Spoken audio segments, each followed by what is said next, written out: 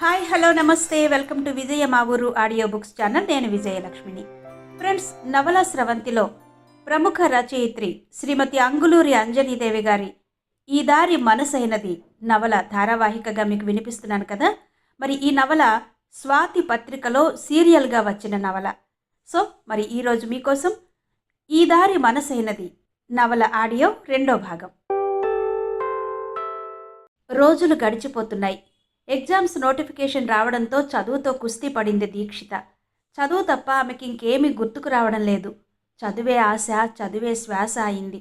Exams రాసే centre వేరే కాలేజీలో పడింది. ఆమె దగ్గర డబ్బు లేకపోవడం చూసి ఆటో ఛార్జీలకు మల్లారెడ్డి గారిచ్చి పంపారు.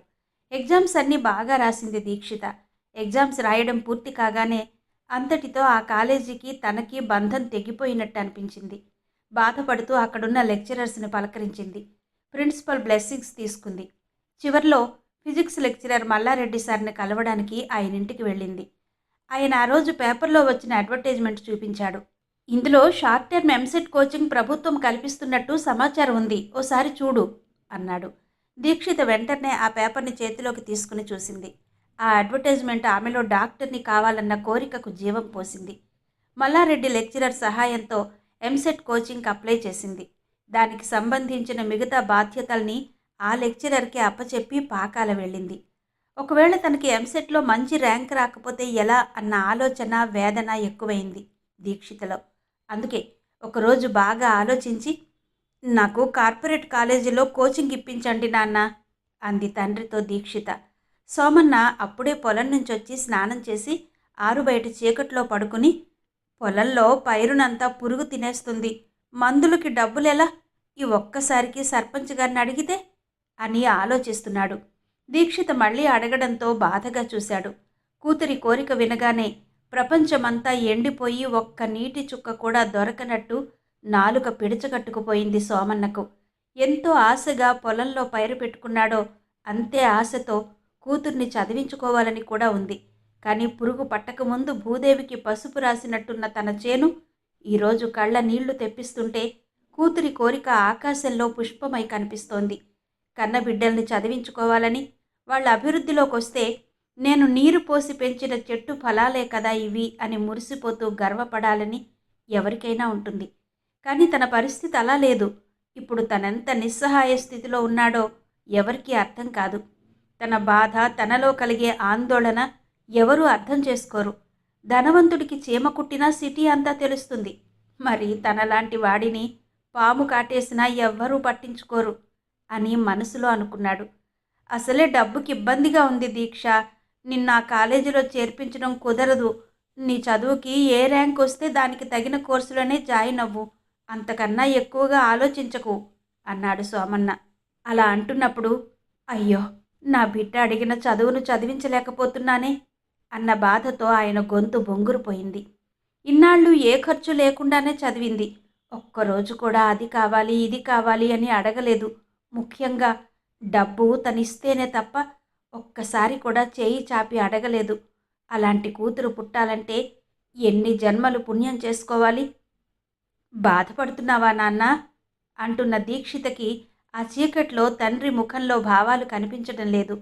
ఎక్కడో మెరుపు మెరిసినట్టు ఆ మెరుపులో తళుక్కుమన్న కూతురి ముఖాన్ని చూసిన సోమన్నకి ఏడుపొచ్చేలా ఉంది.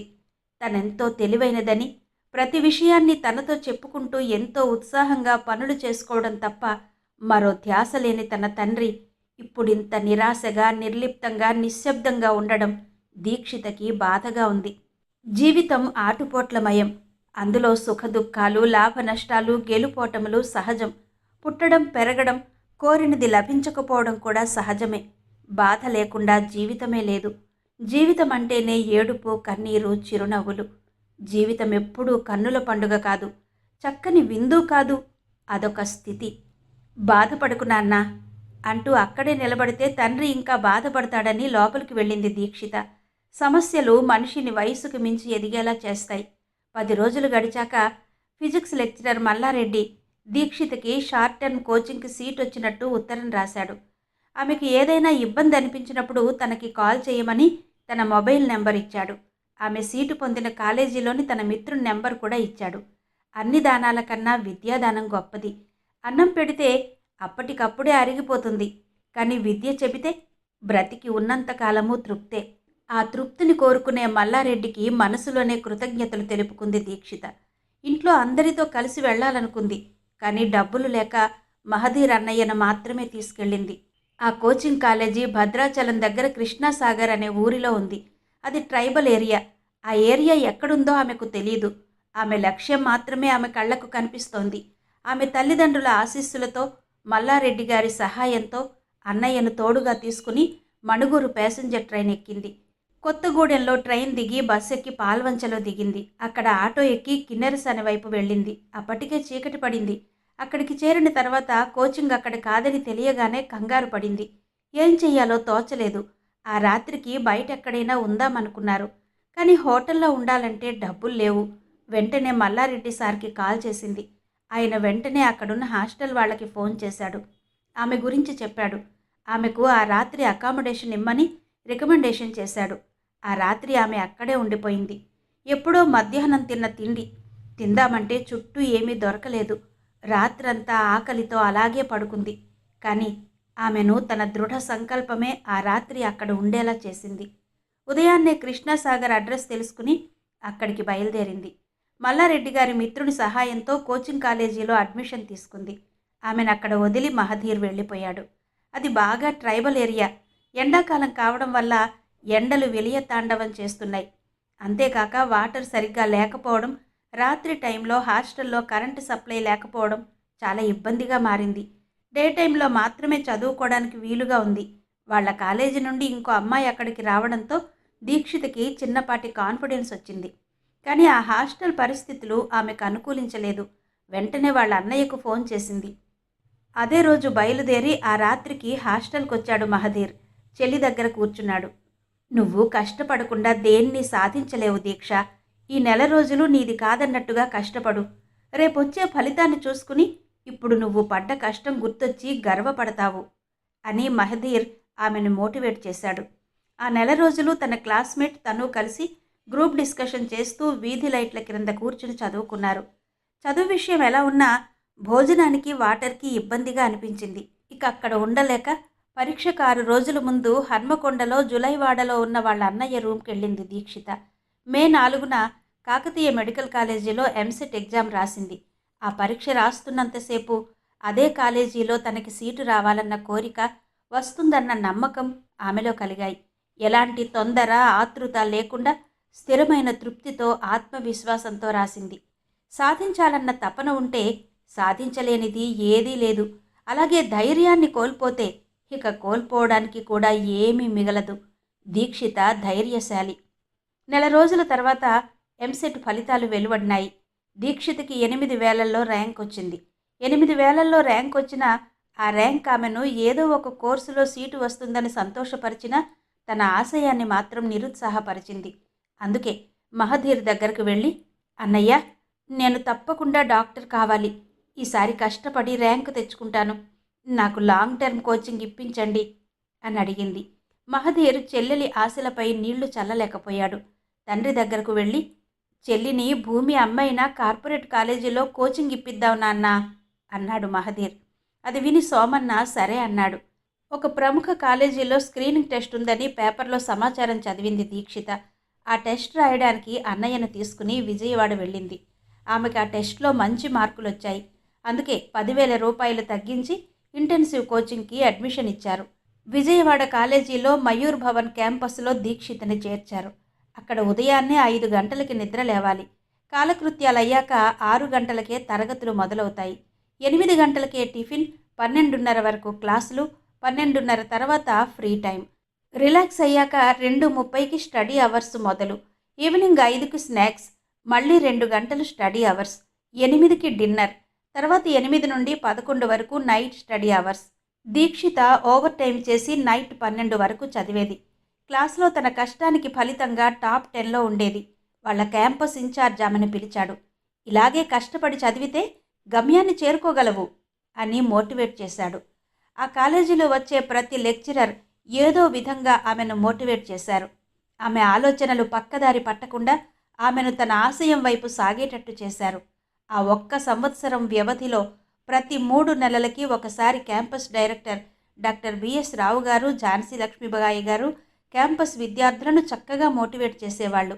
కొన్ని రోజుల తర్వాత డిసెంబర్లో ఎంసెట్ పరీక్ష నోటిఫికేషన్ పడింది. ఆ పరీక్ష బాగా రాసింది దీక్షిత. ఆమెకు ఆ పరీక్షలో 1412 ర్యాంక్ వచ్చింది. 2000 మేలో జరిగిన కౌన్సిలింగ్లో ఆమెకు కాకతీయ మెడికల్ కాలేజీలో సీట్ వచ్చింది. ఆ కాలేజీలోనే మైక్రోబయాలజీ ల్యాబ్ వైపు వెళుతున్న దీక్షిత అనురాగ్ హాయ్ అనగానే గతంలోకి వెళ్ళింది. ఆమె మౌనం చూసి అనురాగ్ వెళ్ళిపోయాడు.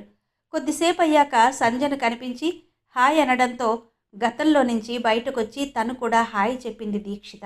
ఆ తర్వాత మేడం సార్ వచ్చి ఆ రోజు గ్రామ్స్ ట్రైనింగ్ మెథడ్ గురించి చెప్పారు. దీక్షిత అనురాగ్లతో పాటు పక్క స్టూడెంట్స్ కూడా మైక్రోస్కోప్ని తీసుకుని స్లైడ్స్ని ఫోకస్ చేసే పనిలో నిమగ్నమయ్యారు. అనురాగ్ మాత్రం దీక్షిత పక్కన నిలబడి మైక్రోస్కోప్ని చేతిలోకి తీసుకున్నాడు. చూడు దీక్ష, ఈ స్లైడ్ని ఇలా ఫోకస్ చేయాలి అంటూ ఒక స్లైడ్ని ఫోకస్ చేసి దీక్షితకు చూపిస్తున్నాడు. మన్విత దృష్టి అనురాగ్ మీద నిలిచింది. ఆ తరువాత దీక్షిత మీద పడి అక్కడే ఆగిపోయింది. అనురాగ్ పక్కన దీక్షితను ఎప్పుడు చూసినా ఆమె చేస్తున్న పనిని చెయ్యలేక వస్తున్న ఆలోచనలను ఆపలేకపోతుంది మన్విత. ఎంత వద్దనుకున్నా మన్విత కళ్ళ ముందు ఆమె గతం మెదిలింది. మన్విత తండ్రి పేరు విశ్వనాథ్. ఆయన ఒక స్కూల్ టీచర్. ప్రస్తుతం బమ్మెర అనే ఊరిలో పనిచేస్తున్నాడు. ప్రతిరోజు బస్సులో వెళ్ళి వస్తూ ఉంటాడు. బమ్మెర అనే ఊరికి ఒక ప్రత్యేకత ఉంది. ఆ ప్రత్యేకత మహాకవి పోతన ఆ ఊరిలో జన్మించడమే. పోతనపై అభిమానం ఉన్నవాళ్ళు ఆ గ్రామం వెళ్ళి ఆయన మూలాలను దర్శించుకుని వస్తుంటారు. విశ్వనాథ్ కూడా పోతన కవి పట్ల ఉన్న మక్కువతోనే ఆ ఊరిలో టీచర్ జాబ్ చేస్తున్నట్టు అప్పుడప్పుడు చెబుతూ ఉంటాడు. ఆయన స్కూల్లో చిన్నపిల్లలకి పాఠాలు చెప్పి వచ్చాక ఇంకెవరితోనూ మాట్లాడాడు. అసలు మాట్లాడే ఓపిక లేనట్టు మౌనంగా ఉంటాడు. ఆయన మౌనాన్ని చూసి మితభాషి అనుకుంటారందరూ. మన్విత తల్లి కృష్ణవేణి, నానమ్మ వర్ధనమ్మ వీళ్ళిద్దరూ ఎప్పుడు చూసినా గొడవ పడుతుంటారు. సూటిపోటి మాటలతో క్షణం తీరిక లేకుండా ఉంటారు. ఆ ఇంట్లో మన్విత అనే అమ్మాయి ఉందన్న విషయమే పట్టించుకోరు. విశ్వనాథ్ ఇంట్లో ఉంటే మాత్రం వాళ్ళలా మాట్లాడుకోరు, పోట్లాడుకోరు. మూగ సైగలతో పనులు చేసుకుంటూ మూగ బొమ్మల్లా తిరుగుతుంటారు. వాళ్ళ నటన చూస్తుంటే ఆశ్చర్యం వేస్తుంది. తండ్రి ఎటూ వెళ్లకుండా ఇంట్లోనే ఉంటే బావుండని మన్విత అనుకోని రోజు లేదు. ఇంట్లో ఉన్నంతసేపు ఇదే అంతర్మథనం. ఎప్పుడెప్పుడు బయటకు వెళదామా అని ఉంటుంది. బయటకు వెళితే కాళ్ళు విరగ్గొడతానని తల్లి బెదిరిస్తుంది. ఒకవేళ ఎదిరించి వెళితే, నీ మనవరాలికి నీ పోలికలు మాత్రమే వచ్చాయనుకున్నా, నీ బుద్ధులు కూడా ఏడ్చి చచ్చాయి.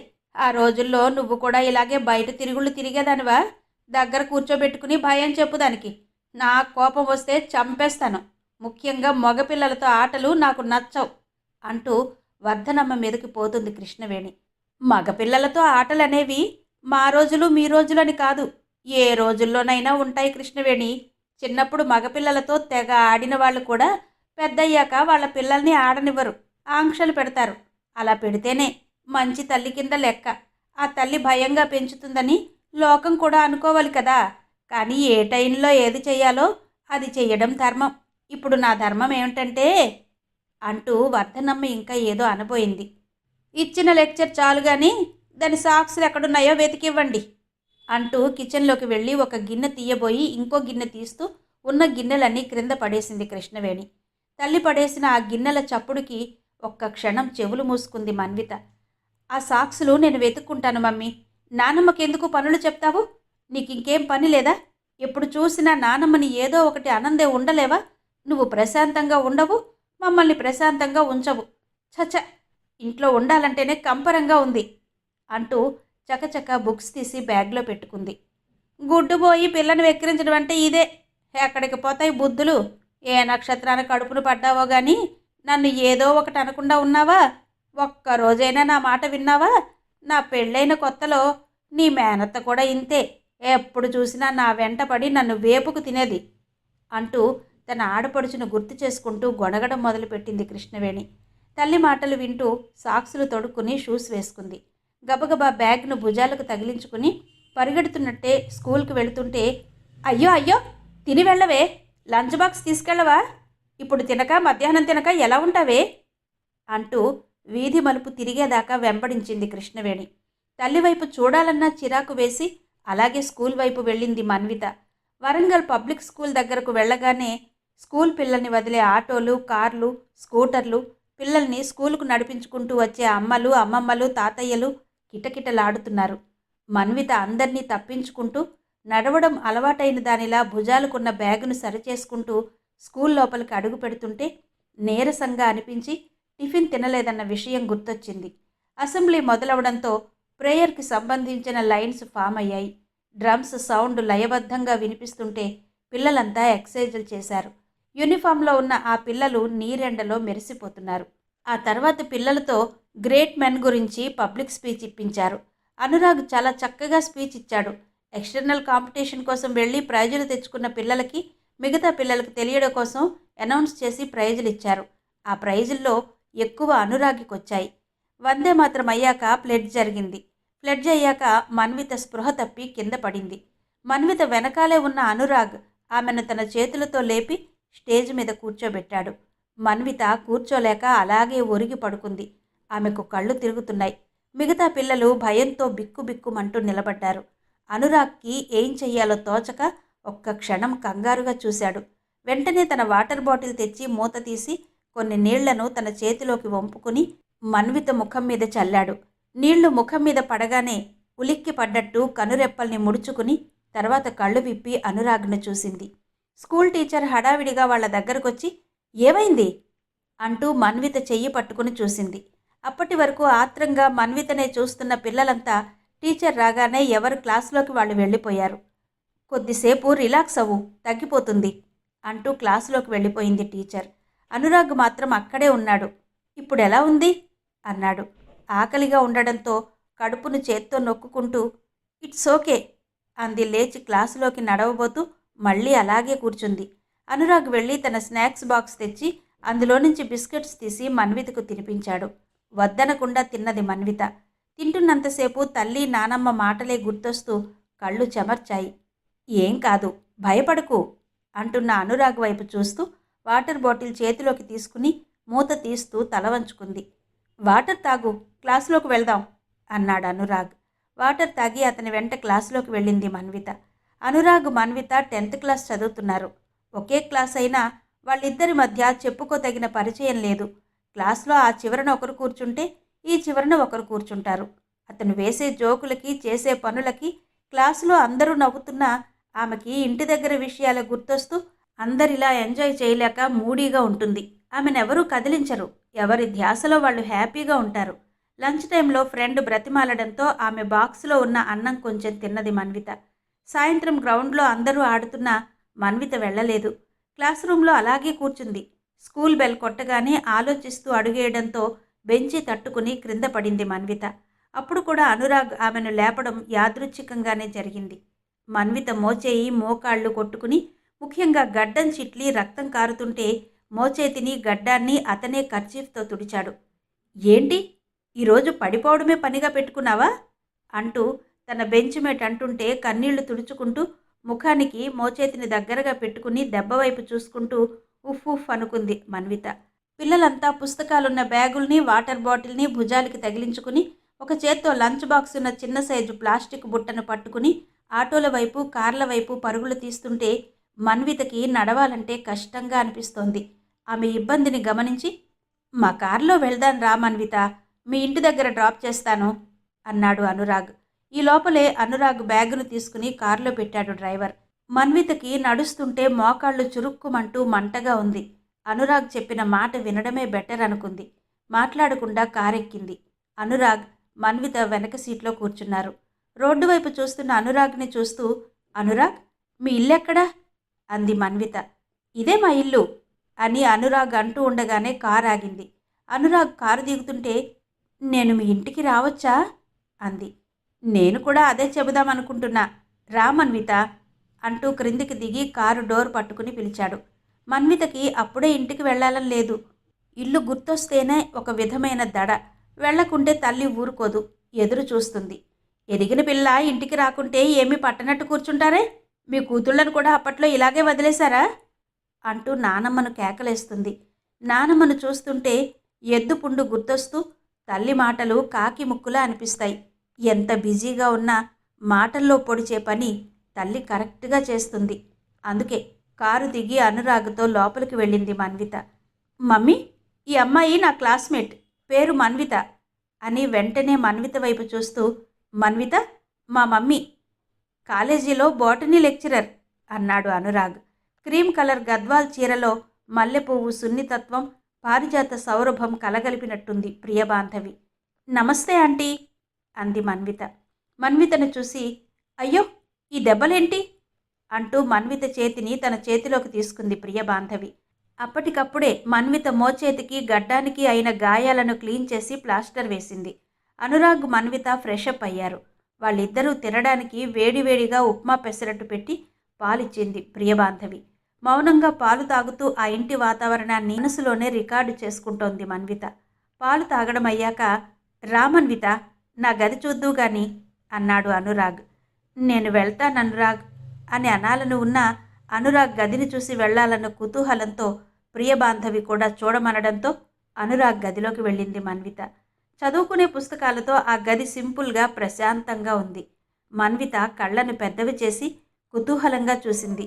రంగురంగుల ఇంద్రధనుస్సును చూసినట్టు ఆమె కళ్ళు మెరుస్తున్నాయి. ఇంకా బాల్యం తాలూకా తీయదనాన్ని వదిలిపెట్టలేని స్థితి ఆమెది. ఇప్పుడిప్పుడే వస్తున్న యవ్వనం ఆమె శరీరంలో కనిపిస్తున్నా మనసు మాత్రం ఇంకా బాల్యాన్ని వీడలేదు. అందుకే ప్రతిదీ అందంగా ఆహ్లాదంగా కనిపిస్తోంది, ఒక్క తన ఇల్లు తప్ప. ఎందుకో తెలియదు గాని అనురాగ్ని ఇప్పుడే కొత్తగా చూస్తున్నట్టు, ఇన్ని రోజులు అనురాగ్ అనే అబ్బాయి తనకు తెలియనట్టు, తెలిసాక ఇదో అద్భుత ప్రపంచం అన్నట్టుగా ఉంది. బై అనురాగ్, వెళ్ళొస్తా ఆంటీ అంటూ ప్రియబాంధవి వైపు చూసింది మన్విత.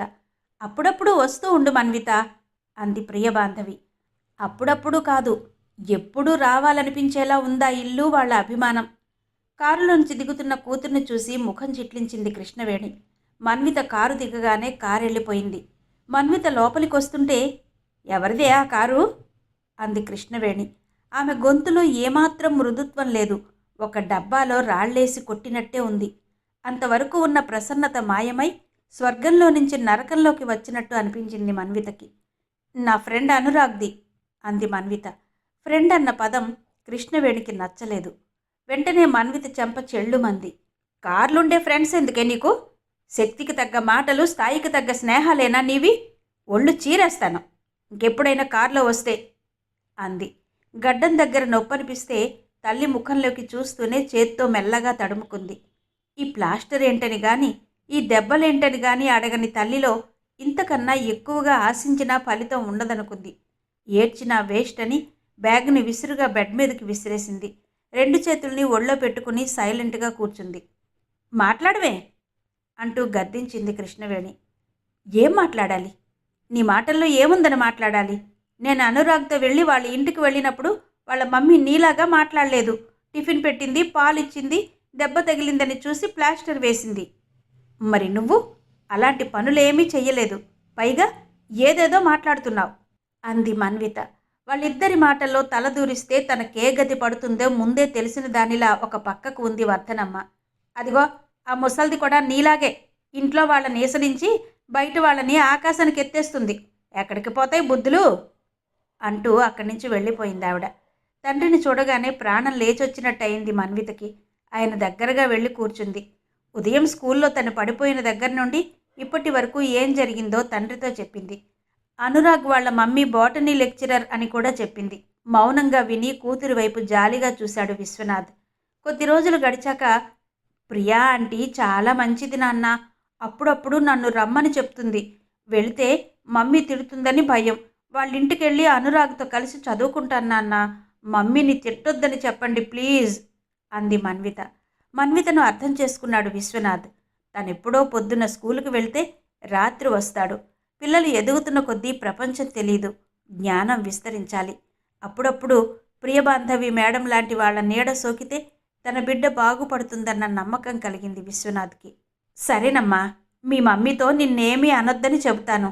నువ్వు మాత్రం వాళ్ళ ఇంటికి వెళ్ళి త్వరగా వచ్చేయాలి.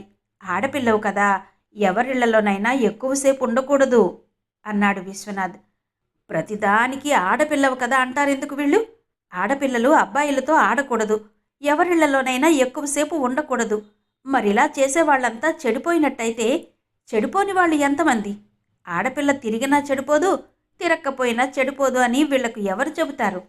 ఆ రోజు నుండి మన్విత అప్పుడప్పుడు అనురాగ్ వాళ్ళ ఇంటికి వెళ్ళి అక్కడ కొద్దిసేపు కంబైన్డ్ స్టడీ చేసి ఇంటికి వస్తుంది. తండ్రి చెప్పినప్పటి నుండి తల్లి ఏమీ అనడం లేదు గాని తను అనురాగ్ వాళ్ళ ఇంటికి వెళ్ళడం తల్లికి ఏమాత్రం ఇష్టం లేదని మన్వితకు తెలుసు. అయినా ప్రియబాంధవి చూపే ప్రేమ కోసం వెళ్ళాలనిపించి వెళుతుంది. ప్రియబాంధవి అనురాగ్తో పాటు మన్వితను కూడా కూర్చోబెట్టి చదివిస్తుంది. చదివించే ముందు ఎలా చదవాలో, ఎప్పుడు చదవాలో, ఎందుకు చదవాలో చెబుతుంది. ముఖ్యంగా చదువు అంటే కష్టం కాదని, ఇష్టమని చెబుతుంది. క్లాస్ పుస్తకాలు చదవడం అయ్యాక ఎంతో ఉత్సాహంగా చందమామ కథలు, మర్యాద రామన్న నీతుల గురించి, అయోధ్య రామయ్య కష్టాల గురించి, తెనాలి రామలింగడి కథలు, అబ్దుల్ కలాం జీవితం, ఇలా తనకు తెలిసిన వాటి గురించి వాళ్లతో చెప్పి అప్పటి నుండే వాళ్లలో ఉన్నత ఆశయాలు నూరిపోసింది. హోంవర్క్ లాగే పుస్తకాలు చదవడానికి కూడా కొంత టైంని కేటాయించింది. వాళ్ళు మంచి మార్కులు తెచ్చుకున్నప్పుడు మంచి పుస్తకాలను బహుమతిగా ఇచ్చి ప్రోత్సహించింది. చదువు పట్ల వాళ్ళకి ఆసక్తిని కలిగించింది. వాళ్ళిద్దరూ పోటీలు పడి చదువుతుంటే ప్రియబాంధవికి సంతోషంగా ఉంటుంది. 10th క్లాస్లో మంచి మార్కులు తెచ్చుకున్నారు. ఇంటర్ చదవడానికి ఇద్దరినీ ఒకే కాలేజీలో చేర్పించారు. ఇంటర్ పూర్తయ్యాక కోచింగ్ టైంలో కూడా వాళ్ళిద్దరి చదువు విషయంలో ప్రియబాంధవి స్పెషల్ కేర్ తీసుకుంటుంది. ఆయా సబ్జెక్టుల ప్రిపరేషన్కి ప్రతిరోజు క్రమం తప్పకుండా ఒక్కొక్క సబ్జెక్టుకు 2 గంటలు కేటాయించి చదివించింది. పరీక్ష సమీపిస్తున్న కొద్దీ సిలబస్ ఒక క్రమ పద్ధతిలో విభజించి రివిజన్ చేయించింది. టైం తక్కువగా ఉన్నప్పుడు ఎట్టి పరిస్థితుల్లో తెలియని కొత్త అంశాలను చదవకూడదని చెప్పింది. థియరీ బిట్స్ చదివితే స్కోరింగ్కే కాక సమయాన్ని కూడా ఆదా చేస్తాయని చెప్పింది. ముఖ్యంగా ఎంసెట్ క్వశ్చన్ పేపర్లో చాయిస్ ఉండదు. అన్ని ప్రశ్నలకు సమాధానాలు రాయాలి. ఏమాత్రం సమయం వృధా చేయకుండా జాగ్రత్తలు తీసుకోవాలి. తెలిసిన ప్రశ్నలన్నిటికీ సమాధానాలు గుర్తించిన తర్వాతనే తెలియని వాటి విషయం ఆలోచించాలి. ముందుగా బయాలజీ, తర్వాత కెమిస్ట్రీ, ఆఖరుకు ఫిజిక్స్ ప్రశ్నలకు సమాధానాలు ఇవ్వడం మంచిది. సమాధానాలను ఖచ్చితంగా గుర్తించాలి, త్వరగా గుర్తించాలి. ముందుగా థియరీ బిట్లు, తేలిక ప్రశ్నలు పూర్తి చేసి ఆ తర్వాత కష్టం అనిపించిన సుదీర్ఘమైన ప్రశ్నల విషయం చూడాలి. సమయాన్ని వృధా చేసుకోవద్దు. ప్రతి ప్రశ్నకు ఒక కీవర్డ్ ఉంటుంది. ఆ పదాన్ని సున్నితంగా గుర్తించాలి అంటూ ఎగ్జామ్కి వెళ్లే ముందు వాళ్ళని బాగా ప్రిపేర్ చేసి అన్ని మెళకువలు చెప్పి పంపింది ప్రియబాంధవి. అనురాగ్, మన్విత ఎంసెట్ ఎగ్జామ్ బాగా రాశారు. ఇద్దరి శ్రమ ఫలించింది. మెడిసిన్లో సీట్ వచ్చింది. సంతోషపడ్డారు. ఈ దారి మనసైనది శ్రీమతి అంగులూరి అంజనీదేవి గారి నవల 2వ భాగం విన్నారు కదా. మిగిలిన కథ తర్వాతి భాగాల్లో వినిపిస్తాను. అంతవరకు సెలవు. నమస్తే.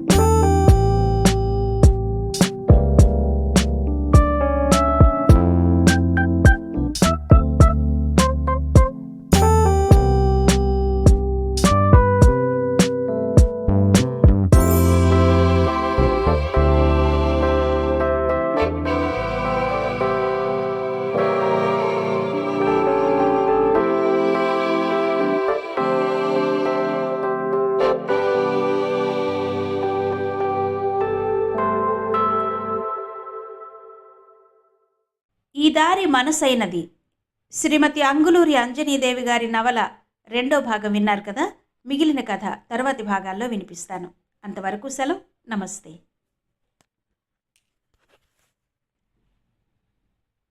ఈ దారి మనసైనది శ్రీమతి అంగులూరి అంజనీదేవి గారి నవల 2వ భాగం విన్నారు కదా. మిగిలిన కథ తర్వాతి భాగాల్లో వినిపిస్తాను. అంతవరకు సెలవు. నమస్తే.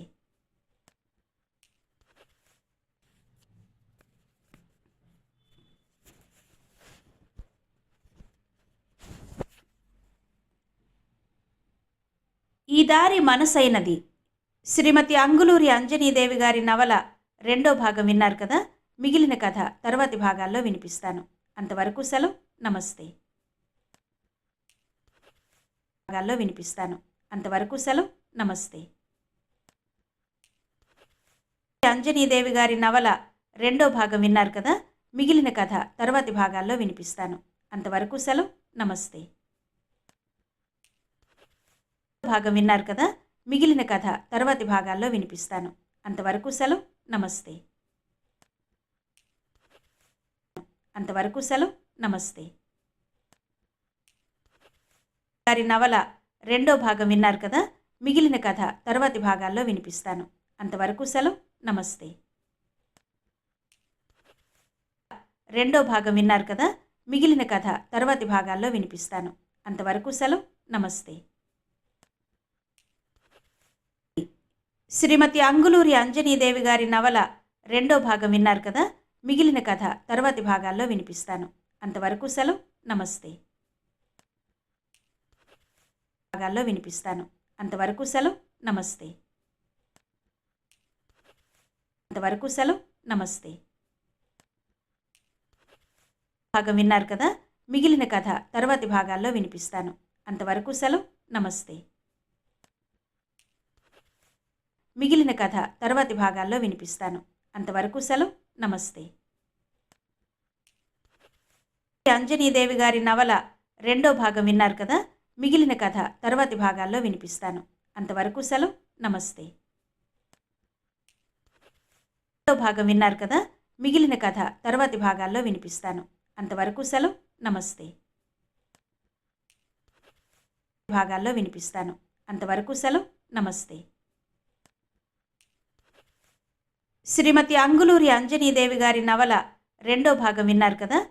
మిగిలిన కథ తర్వాతి భాగాల్లో వినిపిస్తాను. అంతవరకు సెలవు. నమస్తే. మిగిలిన కథ తర్వాతి భాగాల్లో వినిపిస్తాను. అంతవరకు సెలవు. నమస్తే. అంతవరకు సెలవు. నమస్తే. వినిపిస్తాను. అంతవరకు సెలవు. నమస్తే. కథ తర్వాతి భాగాల్లో వినిపిస్తాను. అంతవరకు సెలవు. నమస్తే. మిగిలిన కథ తర్వాతి భాగాల్లో వినిపిస్తాను. అంతవరకు సెలవు. నమస్తే. ఈ దారి మనసైనది. శ్రీమతి అంగులూరి అంజనీదేవి గారి నవల రెండో భాగం విన్నారు కదా. మిగిలిన కథ తర్వాతి భాగాల్లో వినిపిస్తాను. అంతవరకు సెలవు. నమస్తే.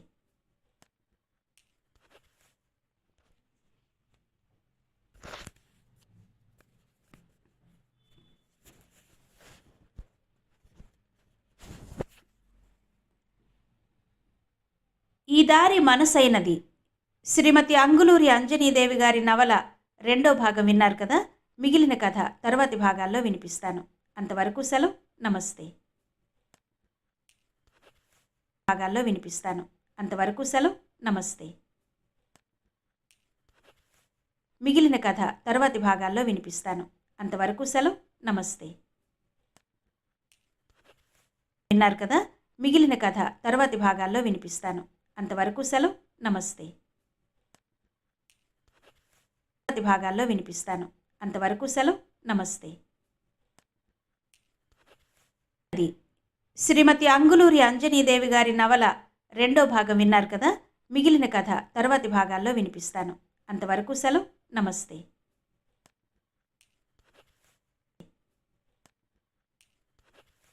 గారి నవల రెండో భాగం విన్నారు కదా. మిగిలిన కథ తర్వాతి భాగాల్లో వినిపిస్తాను. అంతవరకు సెలవు. నమస్తే. కథ తర్వాతి భాగాల్లో వినిపిస్తాను. అంతవరకు సెలవు. నమస్తే. ఇంకా ఎంసెట్ క్వశ్చన్ పేపర్లో చాయిస్ ఉండదు. అన్ని ప్రశ్నలకు సమాధానాలు రాయాలి. ఏమాత్రం సమయం వృధా చేయకుండా జాగ్రత్తలు తీసుకోవాలి. తెలిసిన ప్రశ్నలన్నిటికీ సమాధానాలు గుర్తించిన తర్వాతనే తెలియని వాటి విషయం ఆలోచించాలి. ముందుగా బయాలజీ, తర్వాత కెమిస్ట్రీ, ఆఖరుకు ఫిజిక్స్ ప్రశ్నలకు సమాధానాలు ఇవ్వడం మంచిది. సమాధానాలను ఖచ్చితంగా గుర్తించాలి, త్వరగా గుర్తించాలి. ముందుగా థియరీ బిట్లు, తేలిక ప్రశ్నలు పూర్తి చేసి ఆ తర్వాత కష్టం అనిపించిన సుదీర్ఘమైన ప్రశ్నల విషయం చూడాలి. సమయాన్ని వృధా చేసుకోవద్దు. ప్రతి ప్రశ్నకు ఒక కీవర్డ్ ఉంటుంది. ఆ పదాన్ని సున్నితంగా గుర్తించాలి అంటూ ఎగ్జామ్కి వెళ్లే ముందు వాళ్ళని బాగా ప్రిపేర్ చేసి అన్ని మెళకువలు చెప్పి పంపింది ప్రియబాంధవి. అనురాగ్, మన్విత ఎంసెట్ ఎగ్జామ్ బాగా రాశారు. ఇద్దరి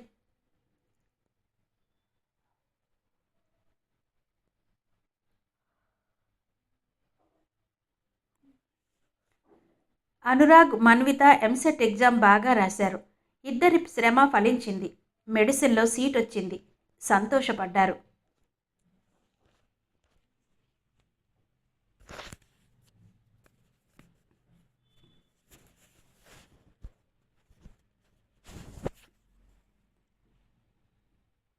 ఈ దారి మనసైనది శ్రీమతి అంగులూరి అంజనీదేవి గారి నవల రెండో భాగం విన్నారు కదా. మిగిలిన కథ తరువాతి భాగాల్లో వినిపిస్తాను. అంతవరకు సెలవు. నమస్తే. నమస్తే.